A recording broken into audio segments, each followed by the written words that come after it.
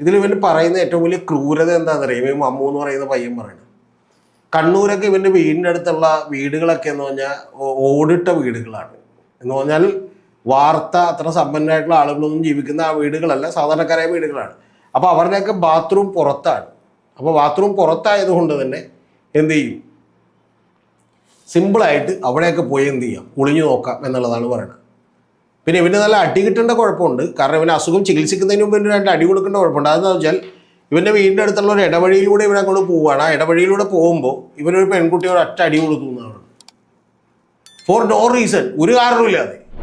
അതിന് ആ പെൺകുട്ടി തിരിച്ചൊന്നും പറഞ്ഞില്ല. അച്ഛൻ ചിലപ്പോൾ അവൻ പെൺകുട്ടി വീട്ടിൽ ചെന്ന് പറഞ്ഞപ്പോൾ അച്ഛൻ അവന് ഭ്രാന്താണെന്ന് പറഞ്ഞിട്ടുണ്ടാവും. അങ്ങനെ കുഴപ്പമില്ല എന്ന് പറഞ്ഞു. ഇതൊക്കെ ഇവൻ്റെ വീരസാഹസിക കഥകളായി പറയുകയും ഇവനെപ്പോലൊരാളെ വിളിച്ച് ഇൻ്റർവ്യൂ നടത്തുകയും ആ ഇൻ്റർവ്യൂവിലൂടെ ഇവൻ യഥാർത്ഥത്തിൽ മമ്മൂട്ടിയോ അല്ലെങ്കിൽ മോഹൻലാലോ അല്ലെങ്കിൽ ഈ പറഞ്ഞ പോലെ ഷാരൂഖ് ഖാനൊക്കെ പോലെ തന്നെ ആയിത്തീരുകയാണ് ഷിബിലി ഇവിടെ.